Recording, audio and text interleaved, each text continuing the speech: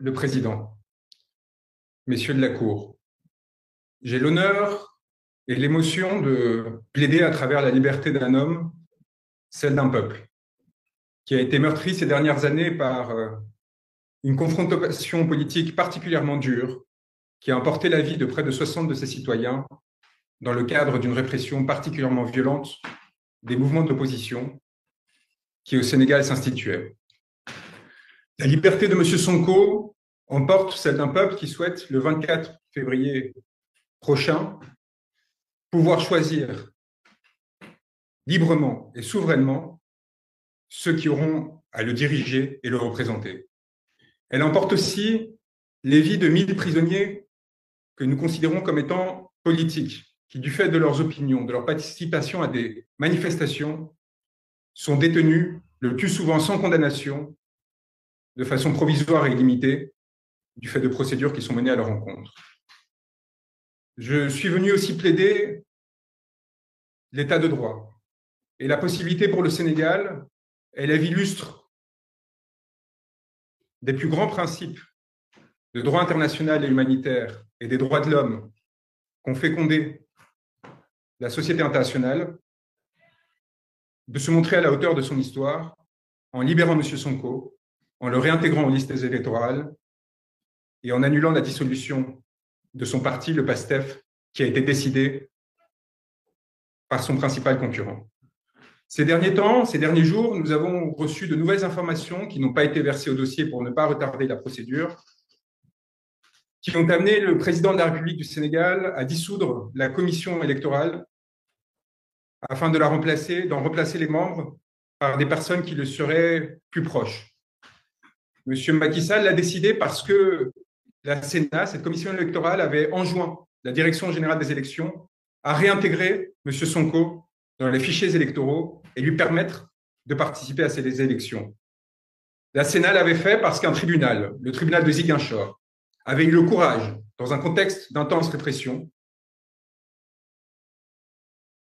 de dire le droit et de demander que M. Sonko puisse redevenir électeur et candidat.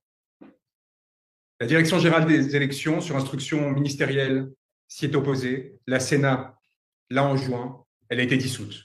C'est aujourd'hui dans ces circonstances que nous avons à plaider devant vous et à demander à la Cour communautaire d'intervenir afin de s'assurer que ces violations des droits fondamentaux de M. Sonko, mais encore une fois, à travers lui, de l'ensemble du peuple sénégalais, s'arrêtent.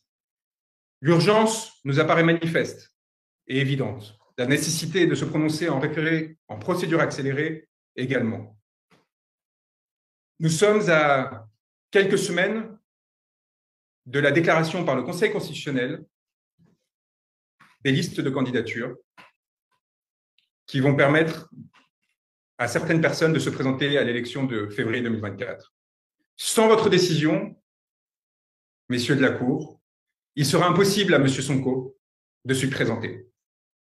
Cette urgence est aussi manifeste pour des questions humanitaires, car au-delà de la question politique et de la préservation des droits fondamentaux du peuple sénégalais, se trouve le destin et le corps d'un homme pris dans une lutte qu'il n'a pas recherchée ni souhaitée, détenu arbitrairement suite à des accusations fallacieuses, empêché d'aller et venir, empêché de s'exprimer, et dont la condition physique est particulièrement précaire. M. Sonko a eu le courage, en effet, de faire 2 grèves de la faim. La première l'a porté au bord de la mort. Le 17 août 2023, un certificat médical établissait que celui-ci tombait dans un coma profond, avec un coefficient de Glasgow de 3 sur 15, lui laissait 7% d'espérance de vie. Il a survécu, messieurs de la Cour. Il a survécu, et quelques semaines plus tard, pourtant, il a eu le courage à nouveau pour protester non seulement de sa condition, mais également de celle de détenues femmes, dont Falla Fleur, elles aussi détenues pour des motifs politiques.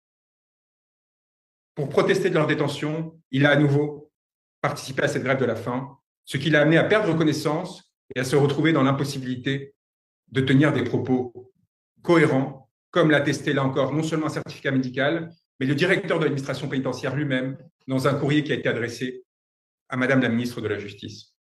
En ces conditions, c'est non seulement des droits formels qu'il vous est demandé de sauvegarder, mais aussi la vie d'un homme.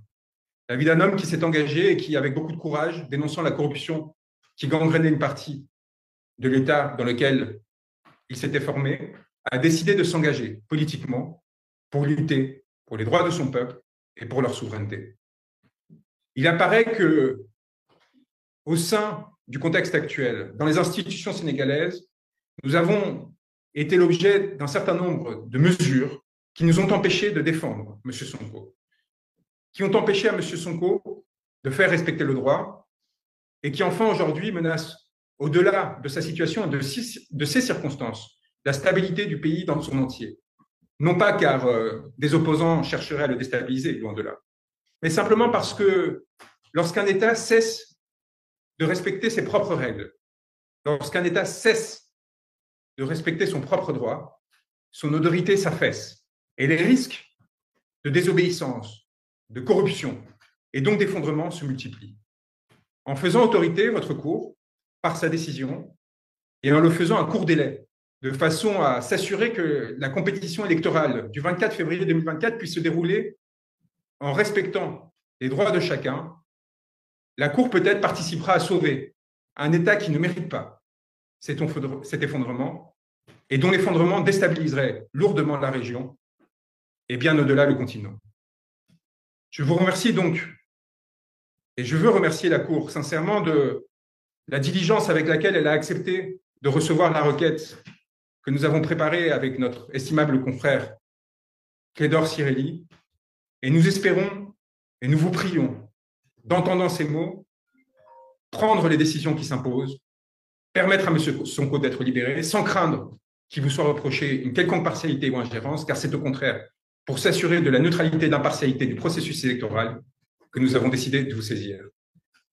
C'est donc encore une fois, et pour achever, avec honneur, avec émotion, que pour la première fois devant cette cour estimable, il vous est prié, au nom du peuple sénégalais, de rendre à M. Sonko ses droits, sa liberté.